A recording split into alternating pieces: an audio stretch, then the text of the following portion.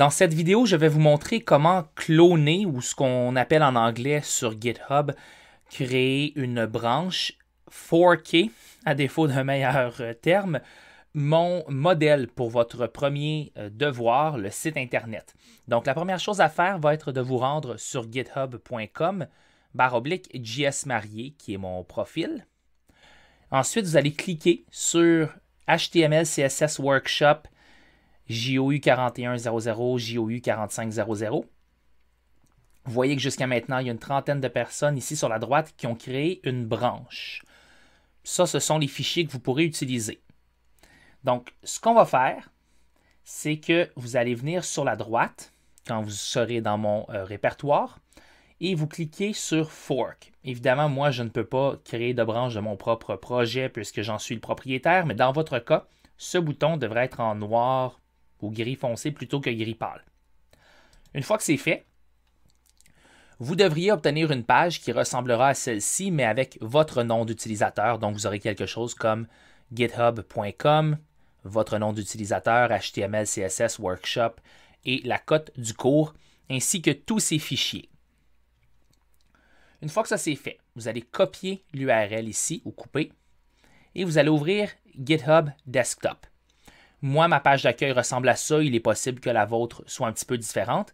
La première chose qu'on va faire, c'est qu'on va s'assurer que vous êtes connecté à GitHub à travers GitHub Desktop. Donc, vous allez cliquer sur Fichier ou File. Je pense qu'il n'existe qu'en anglais maintenant GitHub Desktop. Donc, peu importe Fichier ou File, Option. Et là, vous vous assurez d'être connecté. Je ne suis pas connecté au serveur entreprise, mais je suis connecté au serveur normal, donc ça va. Ensuite, on a différentes options ici.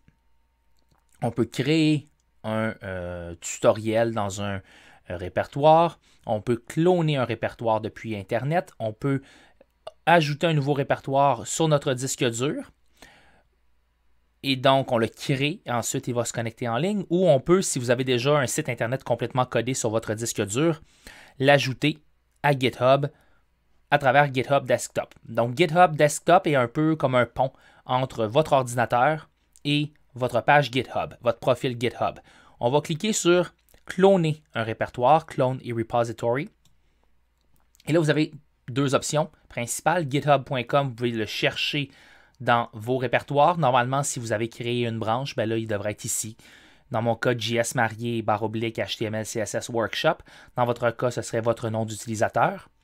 Ou vous pouvez prendre l'URL. Donc, pour éviter toute confusion, on va prendre l'URL, mais qu'on vous a copié tout à l'heure. Mais vous pourriez aussi le faire à partir de github.com et choisir votre répertoire. Les deux méthodes se valent. Ensuite, on va le sauvegarder sur notre disque dur, Local Path. Et moi, je vais le mettre sur mon desktop ici, donc ça va sur mon bureau. Maintenant, je vais faire cloner.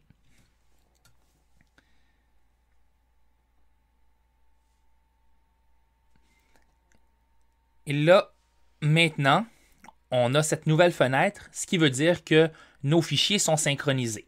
Alors, je vais minimiser cette fenêtre, minimiser GitHub. Et là, sur mon bureau, j'ai effectivement un dossier qui s'appelle HTML CSS Workshop. Je vais l'ouvrir. Et là, on voit tous mes fichiers avec la date de création du 1er octobre 2020. Là, j'ai un fichier test ici. Les fichiers readme.md, tout ça, ce ne sont pas des fichiers qui vont apparaître sur votre site, ce sont des fichiers de référence pour GitHub. Mais je vais modifier celui-là ici, tiens, test. Je vais le renommer test 2. Comme ça. Et là, si je reviens dans GitHub, GitHub Desktop a automatiquement découvert que j'ai fait une modification. J'ai renommé test pour test 2. Et là, ce que je vais faire, c'est dire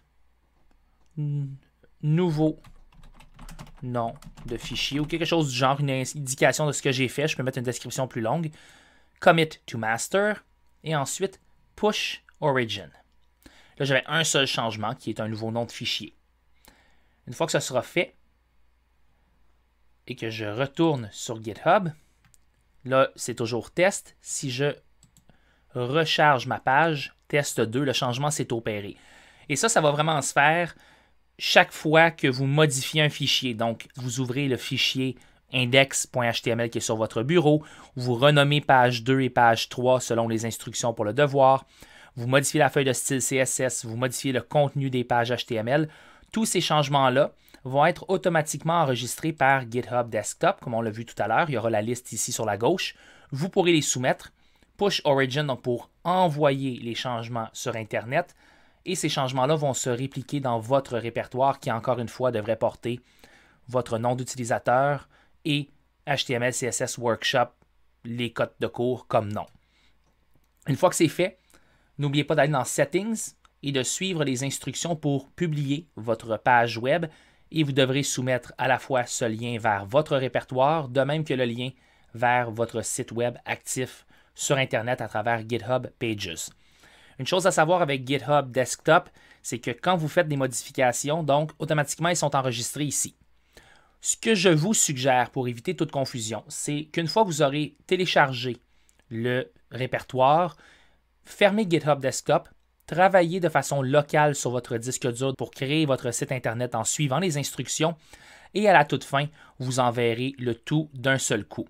Je vous suggère également de temps à autre de faire une copie de votre dossier qui se trouvera sur votre bureau, soit en vous envoyant les fichiers par courriel ou encore sur une clé USB ou en les téléversant sur Google Drive, le disque Google, pour éviter tout problème en cas de fichiers corrompus.